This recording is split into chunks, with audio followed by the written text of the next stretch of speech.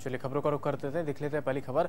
लोकसभा चुनाव का आगाज हो चुका है और अब सभी पार्टियों के प्रत्याशी जनता के बीच जाकर जनता को लुभाने में जुट गए हैं। बात करें छत्तीसगढ़ की बस्तर की लोकसभा सीट की, तो एक तरफ बस्तर अपने सौंदर्य के नाम से जाना जाता है, तो दूसरी तरफ लाल आतंक के साए में यहाँ के लोग अपनी जिंदगी काटने को मजबूर है।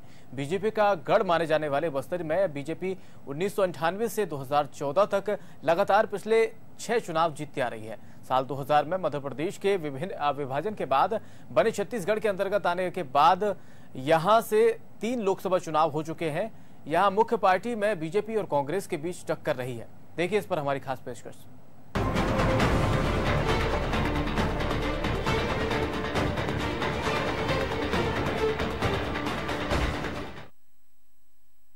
मतदान की तारीख आ रही है पास। हाई प्रोफाइल सीटों पर किस पर जताए विश्वास, जल्द फैसले को कोई नहीं तैयार। कांग्रेस बीजेपी में असमंजस बरकरार। गुरुवार से लोकसभा चुनाव के लिए मतदान के दौर शुरू हो जाएगा।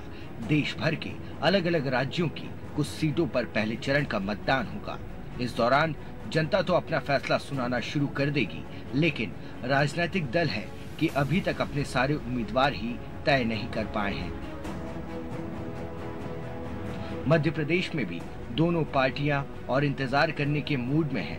बीजेपी अभी तक 21 सीटों पर प्रत्याशियों का ऐलान कर चुकी है, लेकिन भोपाल, विदिशा, गुना, इंदौर समेत 8 सीटों पर अभी भी पेंच फंसा हुआ है। तो वहीं कांग्रेस ने अब तक 22 सीटों पर अपने पत्ते खोले हैं। भोपाल सीट पर प्रत्याशी चयन में हो रही देरी से दिग्विजय सिंह चुनावी तैयारियों में आगे निकलते जा रहे हैं और बीजेपी अपने ही गढ़ में कमजोर दिखने लगी है।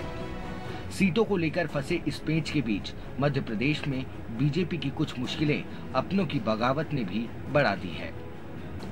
अपनों की बगावत और कई क्षेत्रों में प्रत्याशियों का विरोध कहीं विधानसभा चुनाव की तरह लोकसभा चुनाव में भी बीजेपी का गणित न बिगाड़ दें।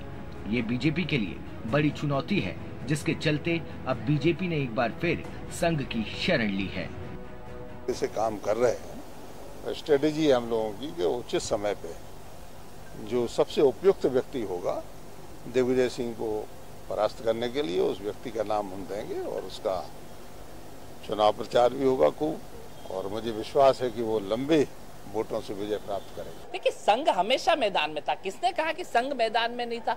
सिर्फ झूठ के पुलिंदे सारी पार्टी होती है। बीजेपी और संघ दोनों एक दूसरे के अनुपूरक है और हमेशा ये पीछे से करते थे, आज सामने भी आके कर ले, कोई फर्क नहीं है। पर संघ से भी मेरा आग्रह और बीजेपी से घृणा और नफरत की राजनीति को बंद करे और इस प्रदेश और इस देश के जो सांप्रदायिक सौहार्द है और जो विविधताओं में एकता का देश है, इस एकता को बना रहने दे। स्पष्ट है कि अगर इन्होंने घृणा और नफरत फैलाने की कोशिश करी, लोगों को लड़ाने की कोशिश करी, तो इसके अंजाम ठीक नहीं। अपनों की नाराजगी और टिकटों को लेकर चल रही इस रस्साकस्सी के बीच अब देखना ये होगा कि दोनों ही दल कितनी जल्दी बची हुई सीटों पर उन नामों का ऐलान करते हैं जिन्हें जनता की शरण में जाना है। ब्यूरो रिपोर्ट, अनादि टीवी।